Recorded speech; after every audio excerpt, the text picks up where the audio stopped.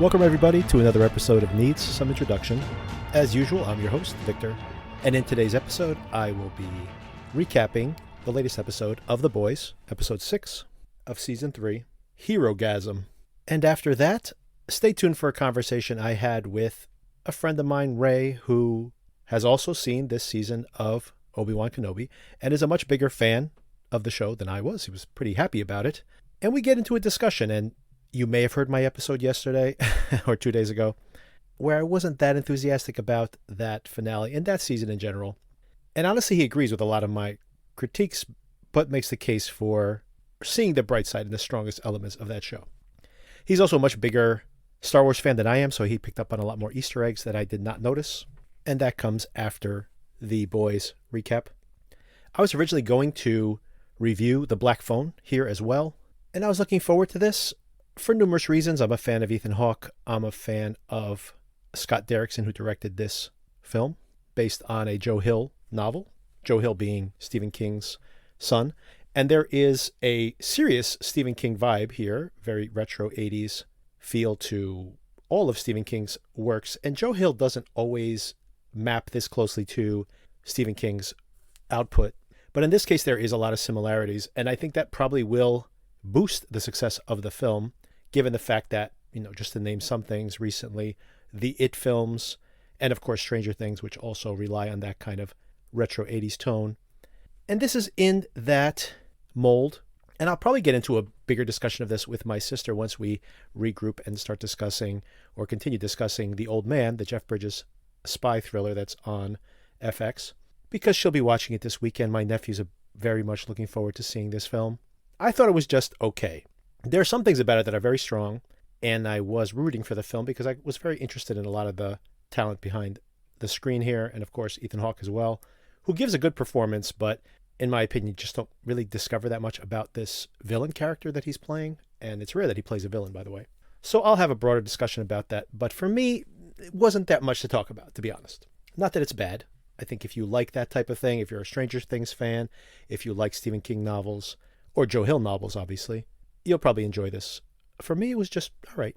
It probably will appeal mostly to teenagers in the same way that Stranger Things and honestly, even It, which is rated R, probably its core audience would probably be teenagers. And this is pretty grisly stuff. This like child abduction, murder, serial killer story is on paper very grisly, but in execution really does feel like it almost could be a teen movie. And honestly, the R rating is probably more for subject matter than it is for any kind of graphic violence, because there's not that much. Anyway, take that mini review and do with it as you will. I don't think I can sway people one way or the other in that regard. And I'm not that enthusiastically on one side of the fence or the other on this one. Next week, Sona will be returning to the show, and we will have our first conversation in quite some time discussing the second season of Only Murders in the Building, which will be covered for a few weeks until the return of Better Call Saul, which we will be covering until its completion. Make sure you subscribe so you know when those episodes become available. If you'd like to support the show, give us a rating or a review on your podcatcher of choice. Drop us an email, needsomeintroduction@gmail.com. And as always, recommend this to your friends and family if you enjoy the content.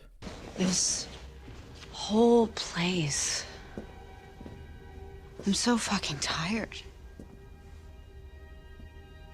of listening to people tell me I need to be shitty in order to win. Fuck you. And fuck Homelander. And fuck Vought and this whatever it takes crap. You're just gonna end up sitting on top of this steaming pile of shit that you built. I'm done. I'm fucking done. I'm not doing it anymore. You're not gonna be doing anything if Homelander kills you. Yeah, maybe. But then I'll know I'm not working with a fucking nut job. So, either pop my head or get the hell out. So we've arrived at episode 6 of season 3 of The Boys, Herogasm.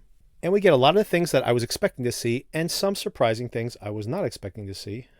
Some things we should never see, to be honest. The episode opens pretty hilariously with the Deep doing his version of the Imagine video that we saw during the pandemic. A lot of celebrities make cameos here in this video. Pretty entertaining stuff. Obviously a reference to the Gal Gadot, Mark Ruffalo, and all Imagine video. And there are 3 storylines. Some of them converge, some of them do not, but I'll focus on them separately. In one storyline, we see that Kimiko has been abducted from the hospital. Frenchie was already kidnapped last episode, and we see that he is being tortured by little Annie, and he has to make a Sophie's choice between whether Kimiko dies or his former girlfriend. Eventually, even without her powers, Kimiko turns out to be quite a survivor and brutally murders her captors with the help of this former girlfriend. But little Annie escapes. Kimiko is not superhuman, but boy, she can take a beating and she can also survive like this, her stitches being torn back open again. She's one tough cookie. There is a nice scene here towards the end of the episode where she comes to terms with the fact that she always thought it was the V that turned her into this brutal killer, but she turns out to be a very effective killer on her own. And she feels bad about this, this dark part of her personality. But in reality, they would have all been dead right now if it hadn't been for her skills. So she shouldn't feel too bad about it. Separately, another storyline we have going on here is A-Train, who maybe died in this episode, potentially. He's very upset about the fact that his brother's been paralyzed by Blue Hawk, and he wants his revenge. And it doesn't go well.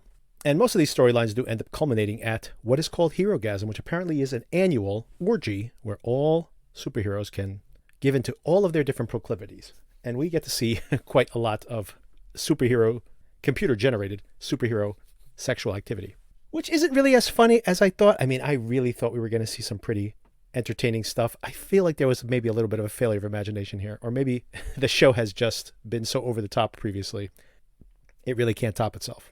And of course, in parallel as well, we have our anti-heroes, Huey and Butcher and Soldier Boy, who are on this murder mission to find out who set him up originally and allowed him to get captured by the Russians.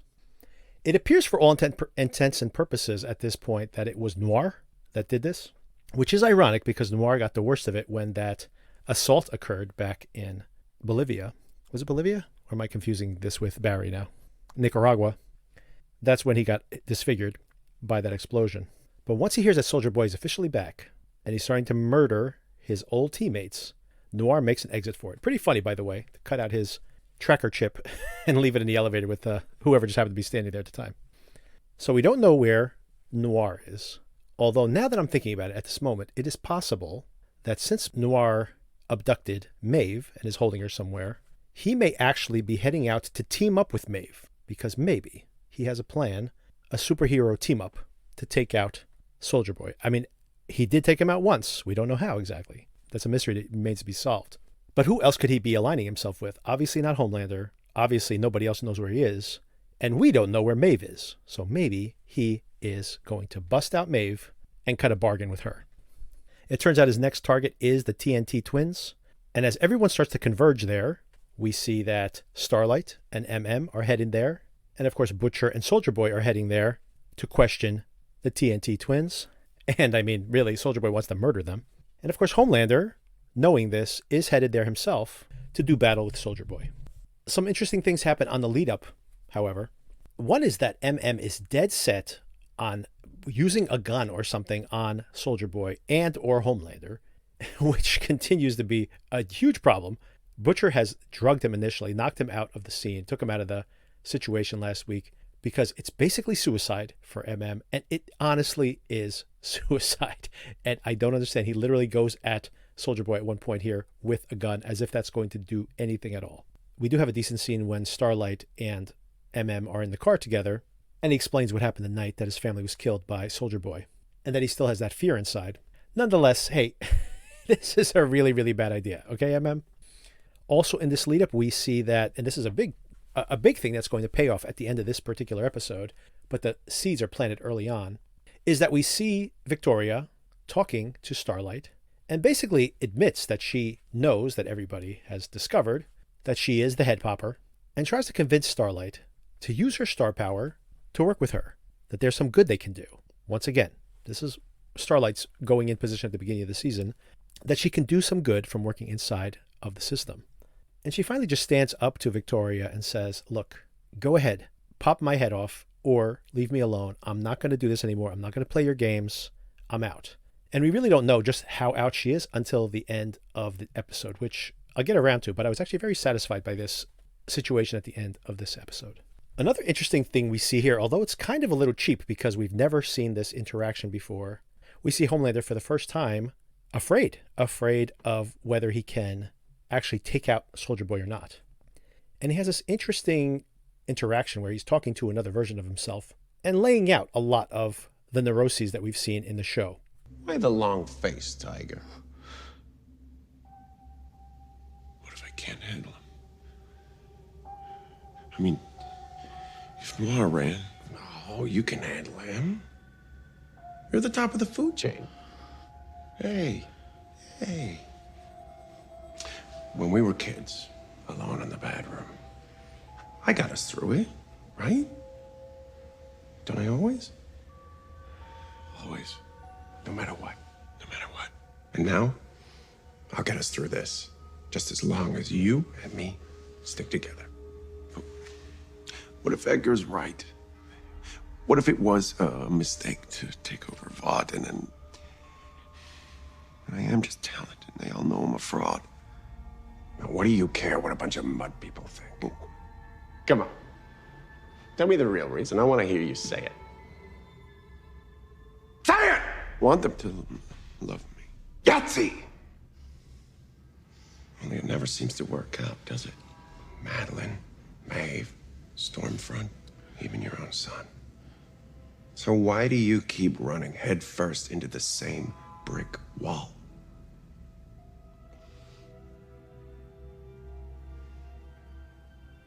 I don't know. Pants on fire, you know. It's because deep down there's a part of you that is still human. No. Part of you is. A dirty, shriveled, anemic little part of you that still mules for approval and love and a mommy and a daddy and a boo-hoo-hoo. Look at me, Tiger. Look at me. We gotta cut that part of you out like a cancer. And then, well then, my boy, you can finally be who you were always meant to be. Pure. Clean. Like marble. I honestly don't really like this interaction because it really just makes plain what we already know. Like, we already know he's scared. You can see it on his face. This performer does a really great job here. In general, as Homelander, like, so detestable, but like a really great villain. You see what a terror he is. And simultaneously, you see all of his insecurities. We really don't need to have this kind of internal monologue made manifest for any real reason. And also another thing that bothers me about it a little bit is that we've never seen him have this kind of interaction with this version of himself. So I'm really not sure if I buy all this. And it's a little too on the nose. But the performance is solid. And it's interesting to hear him just talking to himself in this dual role, basically saying that you need to surrender that last bit of humanity inside of yourself to become what you really are. Which, once again, is something that we have been aware of in this show throughout its run. We really don't need to have it put right out there like that. At least I don't really need to. Unfortunately, everyone's trying to get to the Tnt Twins, and it just happens to be the day or weekend. Is this a weekend? It could be a whole weekend event. It's Herogasm. And what do we see here? Nothing too, like I said, it's really not as much fun. Really, I'm not going to describe all the different sex acts we see here, but it's really not that exciting. It's really not that outlandish. I mean, it's ridiculously outlandish, but there's nothing really that sticks in the mind except for what Deep is doing. And you should just watch that. He has found a new octopus / lover. Oh, by the way, there is a disclaimer at the beginning of this episode about, I assume, the sex act against what would be theoretically a non-willing participant animal, but it's just special effects. Yes, people, it's just special effects. I don't know if we need a disclaimer, unless the disclaimer in and of itself was a joke. There's so many disclaimers on every show I watch nowadays. I think they might have been insincere, but hey, maybe this is just a meta joke by the boys, which would not be out of character at all. And then a whole bunch of really interesting things happen here at the end. As I mentioned in last week's recap, I had predicted that I wouldn't be surprised at all to see a preliminary battle in this episode, and then everybody has to kind of take their punches literally and then regroup for what is inevitably going to be a much bigger battle royale once everybody's done regrouping in their corners and licking their wounds. And that's exactly what we get.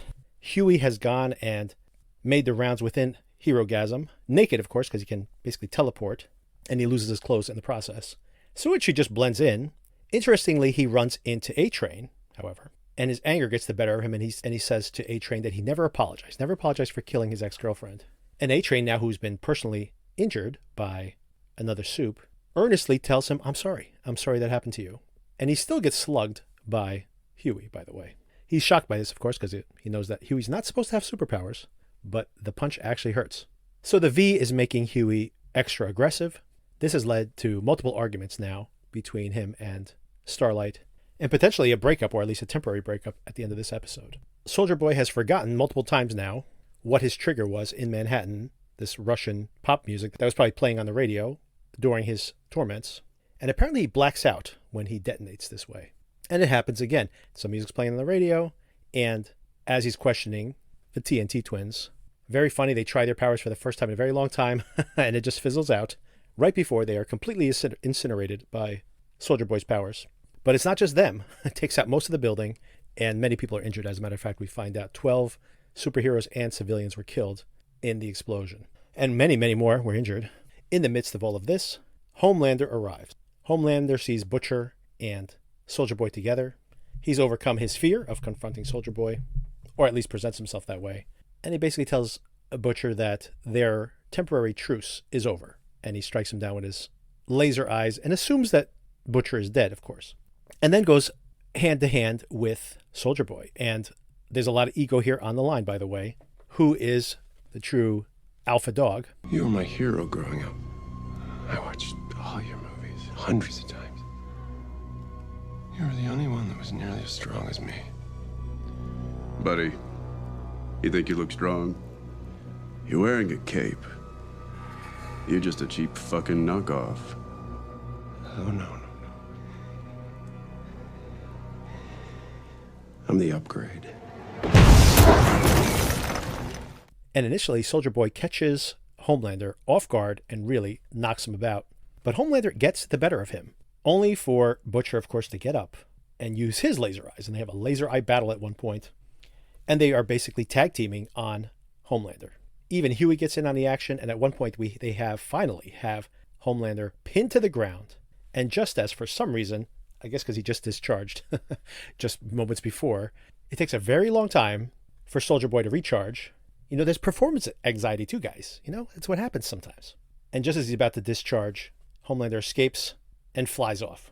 In the aftermath of all this chaos, A-Tray runs into Blue Hawk again, and he finally just can't take it anymore. He grabs Blue Hawk and just runs with him. So he finally runs. He's not supposed to run anymore. It could destroy his heart. And he goes full speed. And this is, unlike the Herogasm, which is a little less shocking than expected, this is pretty grotesque. He basically runs, dragging Blue Hawk behind him, until he's obviously very, very dead. But then he collapses, and we hear his heart racing and racing and then stopping. So potentially, in that silence, we hear the birds again. A-Train may be dead. This might be the last of A-Train. I have a feeling it's not over yet. I have a feeling he's coming back. But if they do kill him off here, this isn't a terrible way to leave him. We'll see. Deep runs off with his sex partner in a bag. And then at the very end of the episode, we see Homelander with a bruised face, by the way. So those Soldier Boy punches have left him bruised, lacking a lot of confidence now. He's very concerned, A, that he may not be invulnerable, and B, that maybe all his power this whole entire time was in the fact that, yes, he could beat anyone one-on-one. But 3, 4, 5, there's many, many who hate him. And by the way, what happened to Soldier Boy? His entire team turned on him. So is he in store for Soldier Boy's same fate yet again? And then maybe the biggest shock of the whole entire show is something that was just in plain sight for multiple episodes now, was Starlight using her huge follower base. There's hundreds of millions of people who think she's America's sweetheart, and weaponizing it. She turns on the camera, or has turn on the camera, and record as she says, I'm quitting the team. They're going to tell you this didn't happen, but look, it happened. Here's proof of it. I'm in Montpelier, Vermont. 12 heroes and civilians are dead. A lot more are wounded.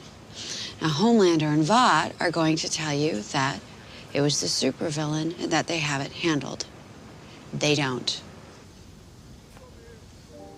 It was Soldier Boy. I know I sound insane, but Soldier Boy doesn't care about protecting Americans, and he probably never has. Most heroes don't care about you. They only care about their image, and Homelander is the worst of them. He's hurt people. He's done something to Maeve.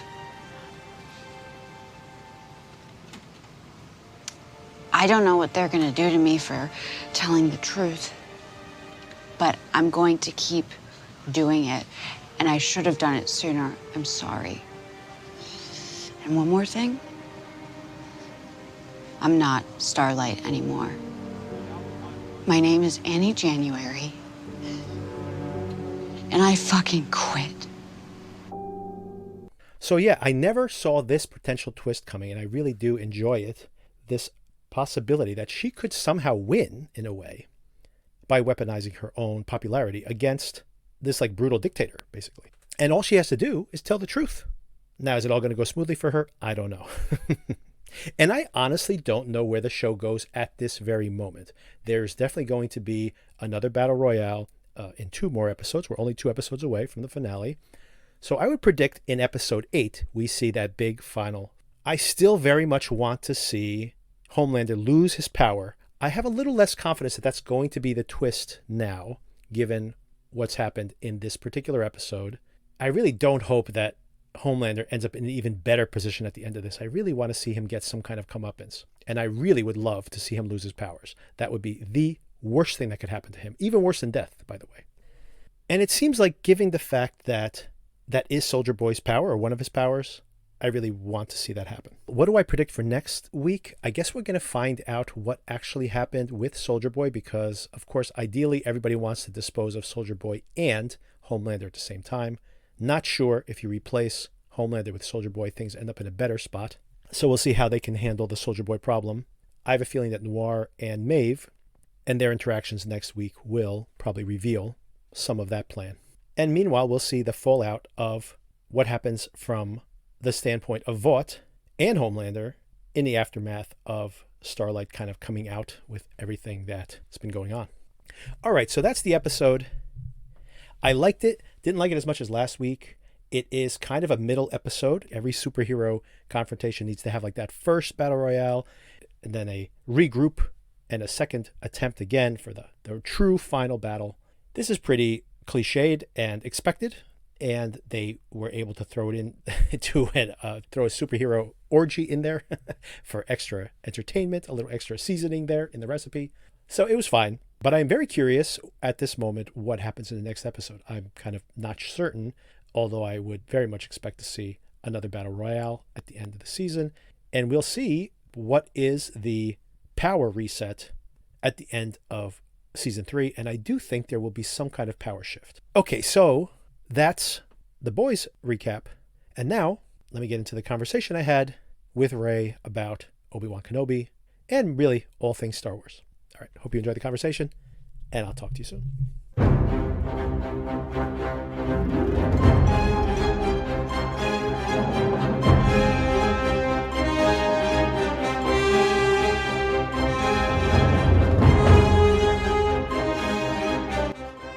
All right, so we haven't spoken. We've texted, but we have not spoken, I think, since probably the Loki conversation last year, right? That would be correct. Yeah, I've been busy with work and family stuff, and I know you have too.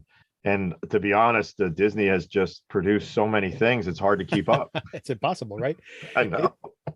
It's funny too, because it's just like even me, just like picking things to cover. And I'm not doing Miss Marvel, although I have been enjoying it. And me and Nick have just like, we've dipped into it and just made very brief mention of it on the podcast. But, you have Andor and She-Hulk are coming on at the exact same time, like literally the same week. There's the Big Hero 6, if you want to be a completist. They have an animated show starting like next week. And Andor is not a 6 episode show. It's a 13 episode show. And they already have a second season shot. So it's like, there's just way too much content coming out, I think. Wow. I didn't know they could squeeze that much out of Andor. That's interesting. Yeah, and it very, very much concerns me. Maybe that's the direction we go in the Right. conversation. Before we get into that, before we get into your, I do want to get your review, obviously, for this season of Obi Wan Kenobi. And I did tease on the last episode, yesterday's episode, where I did my hot take, which was hot and not very positive. Very hot. Yeah. right off the press. But you get up at 5 a.m. to watch it, or I did watch it in the morning and I posted it right around lunchtime. So I did mention in there that, I wanted to have somebody come in and have a different perspective, because Nick, when he was covering it with me, was pretty negative as well on those early episodes. Although I have texted him and he did also like the finale. So I do want to get come around a bit. So that's what I hear. Yeah. The last episode was better too, for sure. I mean, I'll get into that in a second, but I did want to get a review of the season. But before we get into that, I did want to get just a feel for where you're at with the Star Wars franchise in general, obviously, but just on the Disney Plus front. My two friends that are the biggest Star Wars fans, like they were first online to see even the Phantom Menace and are still apologists for the Phantom Menace. And I did not see it, so I can't speak to it. They hated the Boba Fett show. They hated it. So I was wondering, where were you on that? Well, I mean, as a whole, I could tell you, I like to think of Star Wars as a restaurant where maybe not everything on the menu is up for you and what you like. And you kind of a la carte pick the things you like. And there's going to be things on that menu you don't like. And I think with these series, you're getting a small sampling of just part of the menu. So it can give you some bad taste for a good portion of the show if there's nothing that you like that's on the menu. I mean, you see it almost in every Star Wars movie. Yeah. There's something that the Star Wars fan doesn't like. So I think that's part of the whole Star Wars universe. To be honest, I don't understand the venom of the fans for this series in particular. I feel that, it's one of those things where maybe the best analogy would be if you're on a roller coaster at Great Adventure and you're not commenting on every turn and curve. Oh, the engineers should have changed this. It should have been more fun. Just enjoy the ride. Just enjoy the ride. This is someone, obviously, I'm that original New Hope fan. I was 7 years old when I saw it. Luckily, my father loved Star Wars, so we went to go see it once a week, usually on a Sunday. We'd wait in line. I probably saw the original over 20 times in the movie theater because he loved it so much. He loved Star Wars. And, then you had Empire, and then there was a big gap. There was a 3-year gap before you got Return of the Jedi. And Return of the Jedi caught a lot of other people that maybe were casual fans. And then that was it. Yep. Period. The only thing else you had for Star Wars material, you had a couple of novels. One was Splinter in the Mind's Eye, which was the original sort of sequel to Star Wars if Harrison Ford didn't sign on and stuff. And that was actually a it was a screenplay that they eventually turned into a novel. And I think another one was called like Han Solo at Star's End. Small novels, but you ate them up because you had this material. And then that was it. There's a huge drought of Star Wars material until, I'd say probably it wasn't until, the original CD-ROM game, the Dark Forces, which was like a first-person Doom type shooter where you actually saw stormtroopers again and some kind of a Star Wars story. So, I can look at a time when you were so starved for any kind of content to now where we're just overloaded with content. You're drowning. So I think you have to appreciate what they put out.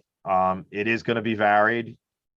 I mean, I just can't underestimate how much they do borrow from the expanded universe and just take it, make it their own ideas, similar to how Marvel does with the original comics. But they mix and match stories. Like, for instance, Boba Fett, I thoroughly enjoyed the first couple episodes of Boba Fett.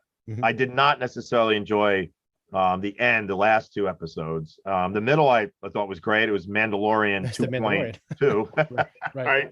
But what's interesting is there is a book, Kenobi, in the expanded universe, which basically describes Obi Wan's time from Revenge of the Sith to A New Hope. and it really fills in the gap. They borrow heavily on Boba Fett in particular, Book of Boba Fett and Mandalorian, because this novel is a Western with Obi-Wan as the main character. Yeah.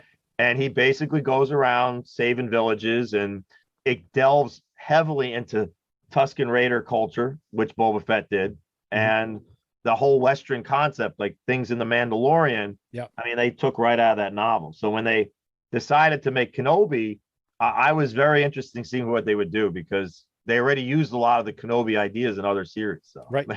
Yeah, and maybe that's why I don't want to put my thumb on the scale, but I felt like they had very little story to tell, and they kind of dragged it on for 6 episodes basically. They had to put some filler for Mandalorian in there. Many much filler.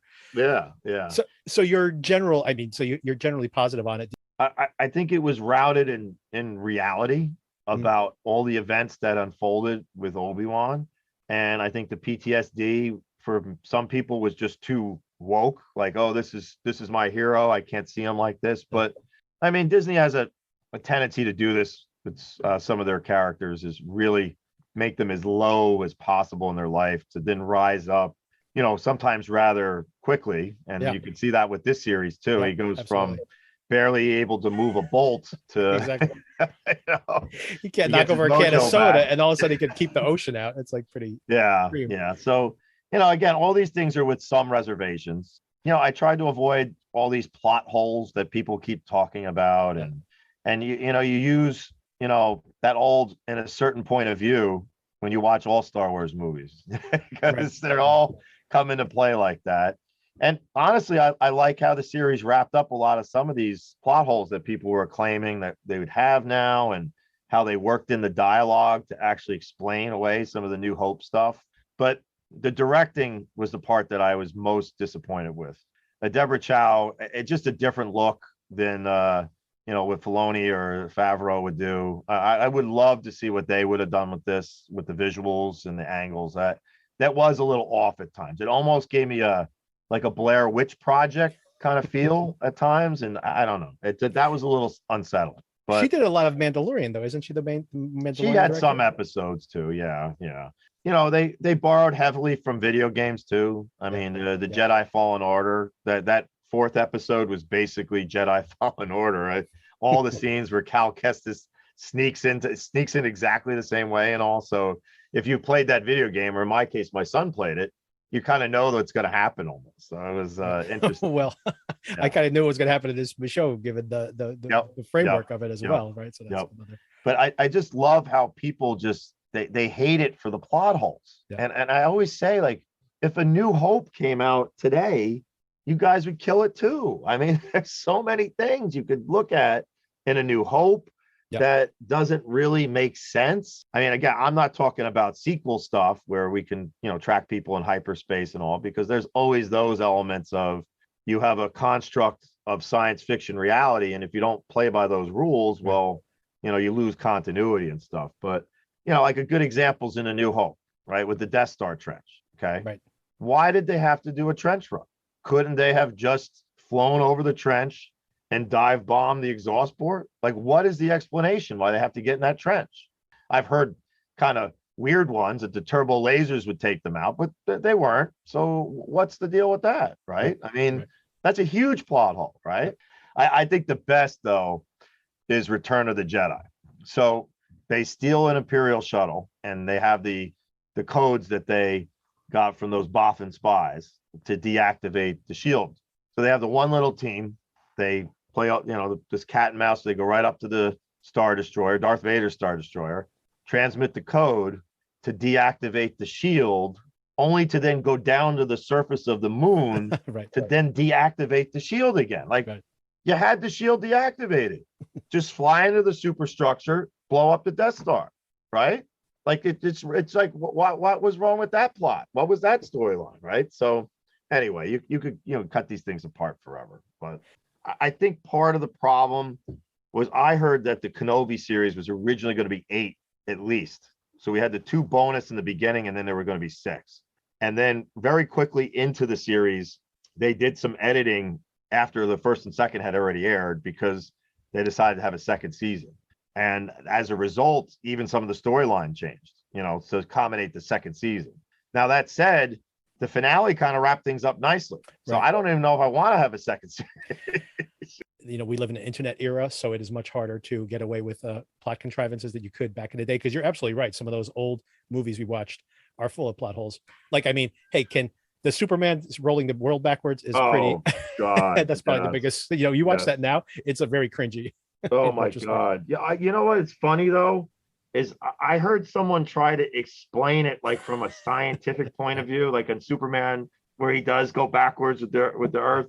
And it wasn't that he was necessarily making the Earth go backwards as much as just by going faster than the speed of light. Yes.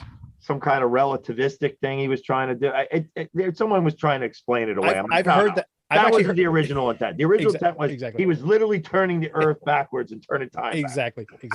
And that's what's so crazy about it is that I've heard that, by the way, that very excuse, a very long time ago. Like when I was, right? when I was a kid, I've heard that excuse. And like you said, absolutely not. The globe spins the opposite direction. And then he's able to like the record. He's able to like scratch the record and like stop it. Okay, right there. Bring it back. All right, right there. That's a spot. Perfect. Right there. Drop the needle here. So pretty funny. True. But I wouldn't come back for a second season for a number of reasons. But I do agree that they kind of wrap up the storyline there. The other thing I had heard, by the way, was that they scrapped, and this is maybe some of the pain they had on the show, they scrapped their original plan. They started shooting the show, and then apparently they thought the storyline was too similar to either the Mandalorian or maybe it was also that kind of, they recycled some of those same story beats in Boba Fett. So like basically as they were in production, they're like suddenly saying like, wait a second, we can't like make another series with the same skeletal framework, right? Oh, so I think they had to redo a lot of the scripts as well. Yeah. And they almost, I think the first couple episodes were, you mentioned that they kind of got truncated. I don't think they were truncated. They completely reshot what they had started doing, and they reframed the story. Like, I don't know if it was like him protecting Leia, and they were like out in the desert together, which maybe felt a little bit too much like Mandalorian or something like that. Yeah, I suppose they probably delved back into Tatooine culture with the Tusken Raiders, the Sand People. There might have been an episode where he's defending the Lars moisture farm from Sand People or bandits, and then you start saying, well, wait, isn't this the same thing we just rehashed in the book of Boba Fett? You know, right. So, and it's only a few weeks after that at that point. Yeah, so I there might be something to that. Maybe they did use some of the source material from the Kenobi expanded universe novel. So, it's hard to say. Even with Boba Fett, I mean, there was a short story that appeared in one of the expanded universe novels. It was called Tales from Jabba's Palace, where it described how Boba Fett escaped from the Sarlacc pit. And it was somewhat similar, but different. I mean, you had no idea the time that he was in there. And actually, the person who aided him was not the Sand People. It was Dengar, one of the bounty hunters in Empire Strikes Back. That was the one who helped him. And him and Dengar formed this bond very similar to like Fennec and him did. So they still borrow the stuff. They just change it around a little bit. I'm not sure what direction they're going to go in with that. I think even the actor himself, Tamora Morrison, wants him to be a badass again. I think. Yeah. I think in general people want to see that, and I'm not saying this. I do not speak for Star Wars fandom, because that fandom can be pretty toxic, to be honest with you. And I just speak, as more of a casual viewer, and also just kind of someone who's frustrated. To parallel, I always parallel them to Marvel. Marvel throws everything in there, like including the kitchen sink. And they somehow are able, and by the way, the vast majority of those movies, I have to tell you that even some of the really successful ones, I give them barely a thumbs up. They develop their characters really well. So you really look forward to seeing those characters in better movies, inevitably. What I find frustrating with the Star Wars films, and it's not just Obi-Wan, I think at this point, the reason some of my takes have been so hot is that it is just an overall frustration with what they've done with the franchise, that they are unable, with this unbelievable IP that some of these, like you said, these comic books, these video games, these novels have pretty interesting stories to tell. And the idea that, for example, once again, it's almost the same argument I can make with what they did with the last Skywalker, or the Rise of Skywalker, I should say, that we have Obi Wan Kenobi, and it's the idea of saying, go the Better Call Saul route of doing a prequel. We have Obi Wan. People love Obi Wan. People can't wait to see Obi Wan. What is he doing? Introduce new characters that we care about. So there's actual dramatic stakes. Like, is that person going to die? I mean, in this finale, there are multiple times that I excerpted in my recap. If anyone wants to check that out, it's yesterday's episode, I should say, that there are moments where the music is building like, oh my God, Obi-Wan Kenobi's going to die. I'm like, he's not going to die. Like, what are you talking about? None of these characters can die. Like, and you have multiple scenes, parallel action going back and forth where Owen's life is in danger. Is Darth Vader going to die, or Obi-Wan going to die? Is Luke going to die? Is Owen, his uncle, going to die? It's like, none of those people can die. Like, where is the tension here? And for me, that's the frustration. It's this, once again, not even the quality of the individual episode. Like, that lightsaber battle is actually very cool, very beautiful to look at. And the performances are very strong in those moments. And even Reva, I did not like her performance. And I predicted from the very beginning of my recaps going like, she's going to have a pivot and she's going to be better at that other role. And that's exactly what ended up happening. She was very good in those scenes.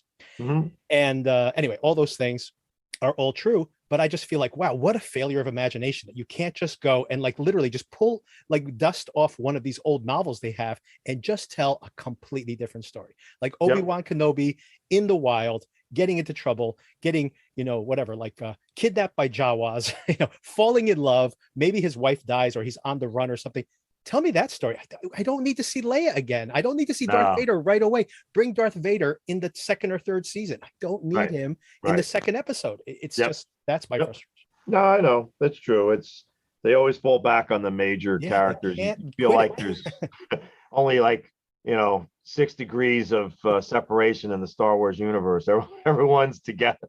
It's like there's no. You can't throw a rock in that entire universe without hitting one of the main characters from the original franchise.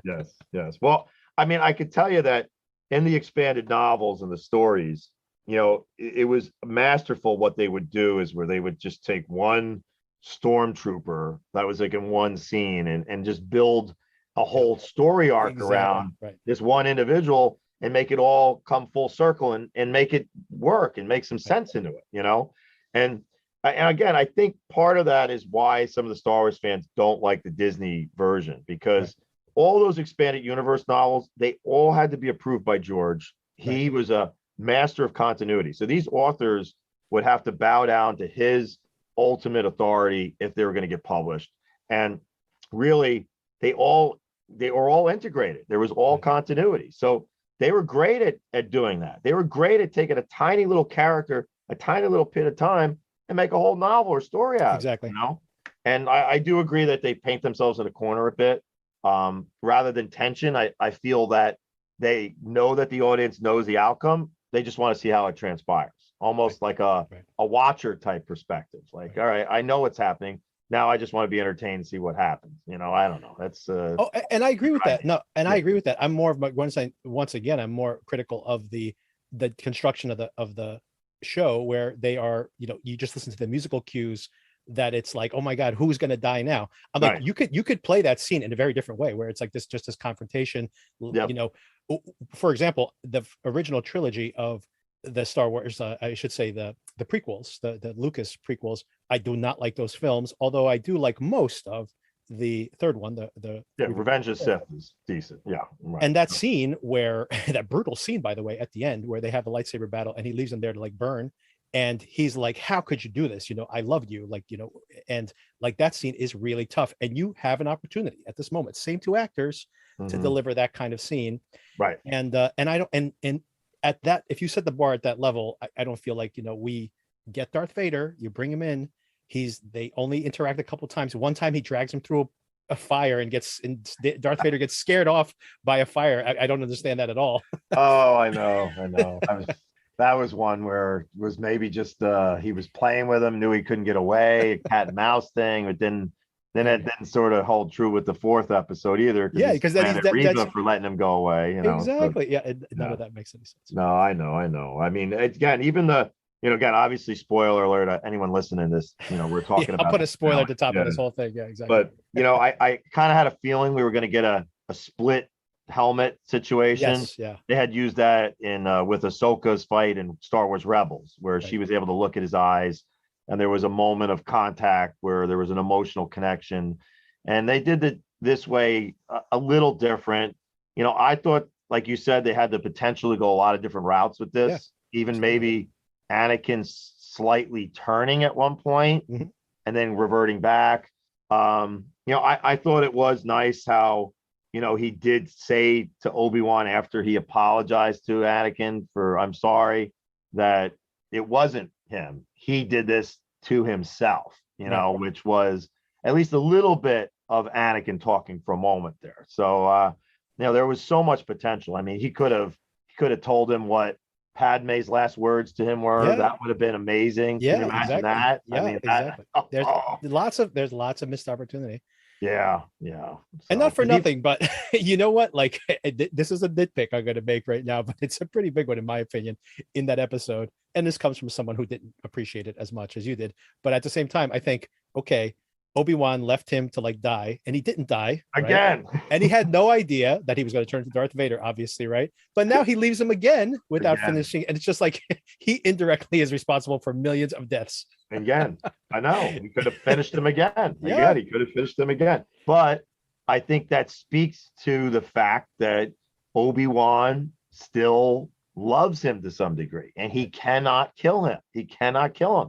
This second time around, he can't kill him, which is interesting because then he's imploring Luke, his own son, to kill his dad when Obi-Wan couldn't kill him, So very interesting stuff. But I did think that there was going to be a little bit of him prompting him to turn, because there was that scene in Return of the Jedi after the walkers had dropped off Luke before they go to the Emperor, where they're having the conversation. And I think at one point Vader says something like, Obi-Wan once felt as you do, where there was still some good in him.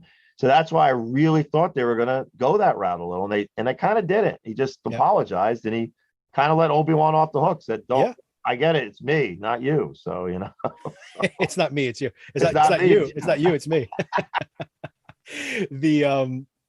But I think, I mean, just to speaking of kind of the missed opportunity, I was thinking in my mind after watching this show, there are ways, like Marvel does a really good job of this, even after they put out a sucky movie and all the critics go at them and the fans are kind of disappointed, they then go and like rehabilitate that property. And there's an opportunity here, like you could imagine, where they could have done some of the similar thing here. And I just think of some scenarios where, imagine where, he says the last time we met, Obi-Wan, I was like your. I left you, I was but a learner, and now I am the master. That's the line he uses in A New Hope, right? Yeah. So if you believe that in this, if this is the last time they met, unless maybe there's another one in between, that like, what does he learn in this scenario? But I do think it could have been like, imagine one scenario after watching the episode I thought of yesterday. Imagine somehow you come up, you write around the problem, you write around that dialogue, and imagine you have a situation, and I don't know what that situation would be, but you can come up with something where somehow Obi-Wan and Darth Vader have to work together, and that this is the one time that they, and then of course they cannot trust each other for a second, and they have all this animosity, all this anger. He'll blame Obi-Wan for killing his wife, and like imagine the tension between the two of them. And then of course they would inevitably have to have a lightsaber battle before it was all over, and that could be the end of the season. And then that would like kind of work its way around the loophole, and would be an absolutely fascinating. You just have to come up with a MacGuffin to get them to work together. Right. But that could have been like a stranded on a planet, almost like an enemy mine kind of thing. Yeah, exactly. There are opportunities there. And I don't, I don't understand why no one can come up with something a little more. Well, I did think they tried to mix the dialogue in for continuity. Like, for instance, one of the big, busts on the dialogue in A New Hope is at one point Obi-Wan just, refers to him as Darth. And they're like, well, man, that's not his name. That's all the Sith Lords are Darth. So why would he say something like that? And so then, of course, on the finale, right at the end, he says, something like, goodbye, Darth, and walked away. So now you have that little continuity of, reference point where he called him Darth. He says it again. Again, they kept referencing, Obi-Wan as his previous master, master was the apprentice versus Padawan, so that's sort of where I think they're trying to mix all that in. And again, if they have a second series, I don't think they can have Vader in it because they really have. They can't. They can't just No. have them. They kept running into each other again. Yeah, exactly. But they've sort of now completed that arc as best as you can to fill in the dialogue. I mean, even to the point where Kenobi says to Luke, how he betrayed and murdered your father, for Darth Vader and Anakin. You almost see that played out more in the last episode, how he kind of tells Obi-Wan that story himself. Exactly. So now Obi-Wan's not lying as much as people were saying, So it's that's like the Han Solo movie where they explain too much too. I don't mind in the original movies when, like, even as a kid when I watched those movies and he said, and by the way, Lucas did not know that was a plot twist that was added later. So Lucas didn't have the original Darth Vader as the father not situation. at all. Right. But that ambiguity between those two pieces of dialogue, that was great. It's like, could you imagine you have to tell this kid, basically he's a kid, right? His dad is like the most evil guy. It's like, that might not be something you tell him right away. So that's just one of those things you don't say, right? Not a surprise. I mean, we all deal with that type of stuff all the time. Right. So, I mean, it was more real, honestly, like as a character beat to not tell him. Yep. I thought that there was a sort of a shocker surprise at the end where he says, do you want to meet him? Where he had not ever met. Yeah.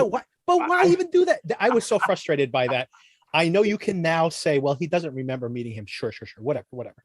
But I'm like, but why even put it in there? Why even mess with that? I don't know. I mean, clearly in Star Wars, the original New Hope, there was an established relationship that Luke had with Ben Kenobi, because he even says, "Oh, Ben Kenobi, well, I'm glad to see you." So, they must have had some history together at some point, or knew who he was at least. And he knew who he was, and like even with Leia, with Leia, she sends R2 to Tatooine to find him because you're my only hope. He's her only hope, and even in the scene where Luke comes to rescue her in the detention area. He finally convinces her really to go with him when he says, "I'm here with Ben Kenobi." And she looks at him, "But Ben Kenobi, where?" And like she runs with him. Right. So that sort of explains how she really knew who Ben Kenobi was before, So whereas other people were saying, "Oh, well, they got a mind, erase Leia," and I'm just like, no, they don't. That's what Nick was saying. Yeah, no, they don't. She knows who Ben Kenobi is, and this is just trying to explain it again. It's tough to fill in all the gaps, and Star Wars again will always have these weird, plot holes, and honestly, the Leia thing didn't bother me as much, even like you said. In my mind, the one thing that I think sticks in your mind, obviously, is help us, Obi-Wan, you're my only hope, whatever.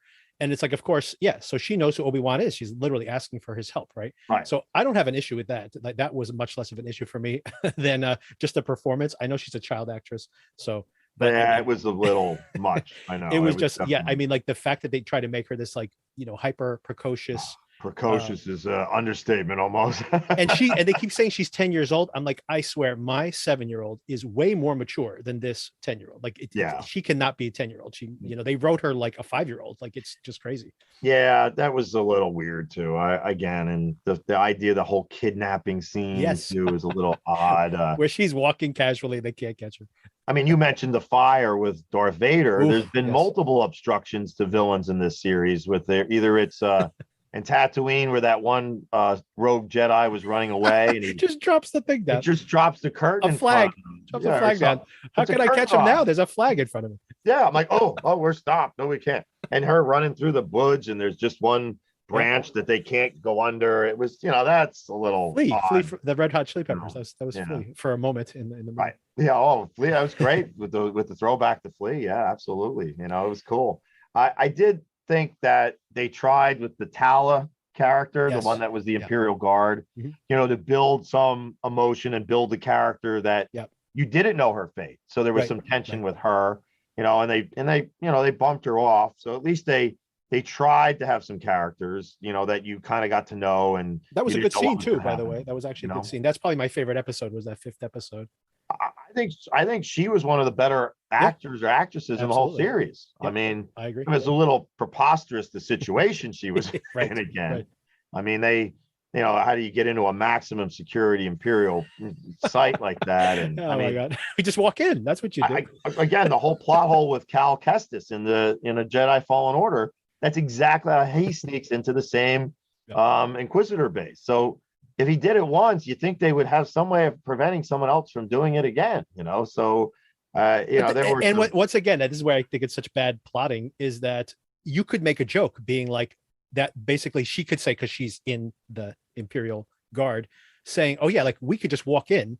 And he's like, "What are you talking about? That's like the most impenetrable fortress." Like, do you think any idiot would just walk into that place? Yeah. And then that would be the joke that no one would even dare to walk in, right? You make a joke out of it instead of being like, "There's no way to get in unless you just walk in." Unless you just walk in, Or just walk out with a girl under the robe and no one notices. It's just that was just something. That's where you start getting. That's almost like that was almost on the same level as the crank call to Hux in the sequel series with Oscar Isaac. That was almost like Jesus. I mean, just a little cringeworthy. Again, see, now you're making me like mock on some of this stuff, but it's I know. Again, I just like enjoying the ride. I mean, look, the last 2 episodes saved that series. Yeah. There are people like ready to just totally dive bomb it. Yeah. And there are definitely people that come around as converts for sure. I give it maybe a 7.5, maybe an 8 out of 10. That would be my final. But even the Darth Vader comic has great expanded storylines. They have many things. That's like speaking of how Marvel does that, and you did make a very good point that like when Disney took over, they probably weren't following that Bible as closely as the Lucasfilms folks were. Mm-hmm. But hey, they inherited that Bible, first of all, and second of all, like you said, there are many comics, there are video games out there that have very interesting ideas that aren't perfectly executed, and you can polish them up and make a series. And not only that, the thing that amazes me is when people don't learn from their successes, not from their failures. They don't learn from their successes. They went in there with the Mandalorian character. They literally said, "You got to tell us a story that doesn't touch the Skywalker franchise. We can't do anything with that. You can do whatever you want, but it has to do nothing to do with anything." Right. And that thing, the first season of The Mandalorian, is by far the most successful thing that Disney has put on. It's bigger than the Marvel shows. Oh, absolutely. Every one since then, the more they've been trying to tie it back into the Skywalker legacy, every time they do that, the ratings get lower and lower and lower. And they're like, you don't learn from your success. Like what everybody wants to see is you guys go into this enormous universe and play with any one of those ideas. And they can't learn. Right. Capable of learning. I think the only reason that the Luke Skywalker arc on the second season of The Mandalorian was so popular was that everyone was just dying to see Luke as an overpowered Jedi. So exactly. And it was, in a weird way, The Last Jedi set you up for that emotional return of Luke. And I'll admit I was very emotional at that scene. I mean, I cried multiple times after I watched it multiple times. Even it was so emotional for me to finally see Luke as a real Jedi and doing what we thought we were supposed to see in the sequel. Right. So there's at least one time where they've tried to redeem themselves in some way possible, at least, and even the dialogue between Obi-Wan and Anakin / Vader at the end of the finale. I got emotional with that. I definitely got emotional. They know how to pull the heartstrings of the true Star Wars fan that's accepting anyway. Some people just will not let them in. They're just that's it. I mean, that is literally where I'm at now. And it's not like by intention. It's just like, it's like at a certain point, it's like being in an abusive relationship. After a certain amount of time, like they can't hurt you anymore. They can't hurt you anymore. Jesus. But I do think there might be a generational thing to it. A lot of my friends in my era I've talked to and texted, and the general consensus is they like this series. They did, like I did. So it's so that's good. Whereas, like say my nephew, I always call my nephew the prequel generation. He grew up on the prequels. Right. He's down on it. He doesn't like it. Because Obi-Wan is really his number one hero. Like they love Obi-Wan, this prequel generation. And so they didn't like seeing him with the PTSD and being depressed and cutting meat every day just to go home and feed it to his Iofi or whatever that his camel, whatever that thing was. Yeah, exactly. So his desert sashimi or whatever, like I don't know what the fish are. Oh, it was I think it's a sand whale is what they were cutting. Oh, okay. I don't think it was a cryot dragon. It looked like a sand whale. That's again alludes to that. Tatooine once was an aquatic water world, just like they did in Boba Fett with the sand people, that one part, and all the seas evaporated. There's a variety of reasons in Star Wars lore why that happened. One was some sort of alien race was invading and heated up the planet, and then it was just ecological change, you know. I didn't even know. About Yeah, that. so a lot of these creatures in Star Wars were once aquatic creatures that adapted to the sand. So the one is a sand whale, and I think that's what that is. And although you can't really see it, it's just a couple like spikes or fins in the sand there. So that's actually a cool design too. The idea that they're like basically in the shade of the corpse of the thing, right? Which is pretty cutting it up, cutting it up. But I really did feel that this was the last Jedi for that prequel generation, because they hated seeing Obi-Wan destroyed, just like we hated seeing Luke destroyed in The Last Jedi. In The Last Jedi, right? It's kind of the same thing. They kind of took the same thing. But at least this time he didn't just get tired from using the Force and die. So that was good. That's right. I got a couple of funny things from this show that I want to get your reaction from. And then maybe we do like a rapid fire. I just want to see other things you might have caught up on. Yeah. The first thing I was going to say is I feel a little bad for Hayden Christensen to be in this show that, everybody's excited to see him. And then you see him in episode 1, but he's inside that, rehabilitation chamber. And then he supposedly is in the uniform. That's what they say. But I don't know if that's true, because what's his name? Pedro Pascal is not always in the Mandalorian suit either. Right. So I'm not sure if he would have been in the suit all that time. And then we finally see his face and he's de-aged. So it's like all special effects, although it looks great, by the way. It looks incredible. It looked good. I liked it. Yeah, I liked that scene. That was a great scene with them sparring. That was again from Attack of Clones, with the braid and everything. I actually thought it was an outtake. I was so convinced by the special effects. I thought it was an outtake, and then I'm like, no, this can't be an outtake. And then it's just the aging, which is incredible how good it works nowadays. Yep. And then of course we do see him one last shot where we see like just that one eyeball, and I'm like, man, this guy put on a lot of prosthetics. I know. And did a lot of work for very little screen time. Yep. Oh, and the other thing I was going to say, which was a nitpick I was going to make, but it turned out to be like I kind of ended up biting myself in the ass. But this is also very surprising. I was like, hang on a second, you're trying to tell me, okay, Luke Skywalker's 10 years old. Obviously, he's a twin, so he's 10 years old. If Leia's 10, he's 10, and Luke's Mark Hamill was 18 when he cast them in that movie. So we're talking about 8 years later. So you're trying to tell me like 8 years, 9 years later that this guy's going to look like Alec Guinness? I'm like, what was Alec Guinness when he made that movie? 85 years old? Now, here's the funny thing about it. I looked it up and he was 63. Yes. So I was like, it is 10 years later. The math actually works. I was wrong. Yeah, the math kind of works. I kind of remember back, like when my parents were 50, I don't look like they did when they were 50. Yes, Some people say, oh, that's just you think. No, I really do feel that people do not age as bad as they used to. They're better, healthier. They're not doing all these things. And I think the opposite is true. I think younger kids look a little older now than they did when we were kids, So there's sort of this merger of everyone around the same age. Everybody looks the same age forever. Yeah. I thought they were going to somehow explain that with maybe he does bump into the Emperor and he gets a little Force lightning and makes him older quicker. I thought that maybe that was one way. Be living in the desert, man. That sun will age you. Well, that's the other thing. The twin sons is hard on life, because even Beru and Owen, they don't look that much older, compared to 10 years from now, too. Absolutely. Right? Exactly. Yeah, that's true. Right. That's true. And then there was even some trope. Someone was saying that everybody on Tatooine ages differently, almost like a gravity type thing, like on Interstellar, where they're close to the black hole. So it's a relativistic thing again, where if you live on Tatooine, it's not exactly correlates the same years in other planets. So that's why you age more. That's a lot of work to do. It's a lot of work to explain it away. It's a lot of work, but basically what it comes down to is that probably Alec Guinness drank and smoked too much back in his day. And absolutely. Right. And what's his Ewan McGregor, I think, is a vegetarian, so he's probably going to live to be 120. I honestly thought they were going to gray his beard more. They actually should have aged him up a little bit, because he has not aged in like 10 years. So. No, especially when he was starting at the end where he was getting his mojo back and he was combing his hair now and again. It's like, he doesn't look that much different now than he did at the end. It's like he did 17 years ago. Exactly. Right. There is a scene in Star Wars Rebels where Ezra, which is the Force sensitive character, meets up with him in the desert. And there's actually a standoff between him and Darth Maul. And they have him sort of aged in between this and A New Hope, where he's mostly gray, but not totally.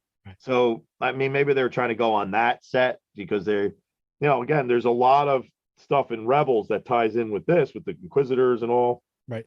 even the Grand Inquisitor, getting stabbed, everyone's like, what, this is impossible. He can't be stabbed because he's in Star Wars Rebel as the main protagonist. So how does he get stabbed and he's not alive? Wait a minute. I love that performance, by the way. Rupert Friend was hilarious in that role. He did great. Yeah, he did great. He did a good job. No, it's good, man. It's looking forward to Andor, and I'm going to check out Miss Marvel, and definitely going to try to see Top Gun and the Jurassic World. Those are my next ones. So if you, how about Thor? You going to see the Thor movie? Oh yeah, that'll be great. That'll be a nice little, at this point, nostalgic tour for Marvel because he's the only guy left, and who knows, they'll probably bump him off too. So that's the end of the big three. That'll be it. It depends on what his contract negotiations are. I've heard mixed things. I would love to see a cameo from Loki again, though, and we'll see if that appears. Well, we're definitely going to see Loki again. So yes, and they're maybe in that movie. They're currently shooting the second season, so we look forward to that. They're predicting by the end of the year, so we look forward to that for sure. Good, that'll be a good series. I did see a graphic the other day of how many things they have planned. And it's just amazing how much they do have there. It's unbelievable. And most of them look like series more than movies, what it looks like. So maybe try to check out Thor sometime over the holiday, or I guess it's after the 4th of July. But if you catch it quick, maybe we'll get together, me, you, and Nick, and we'll record. Sure. Absolutely. Anytime, man. It's always a pleasure, man. Always a pleasure. Good talking. All right, Vic. Take care, man. Take care. Talk to you soon.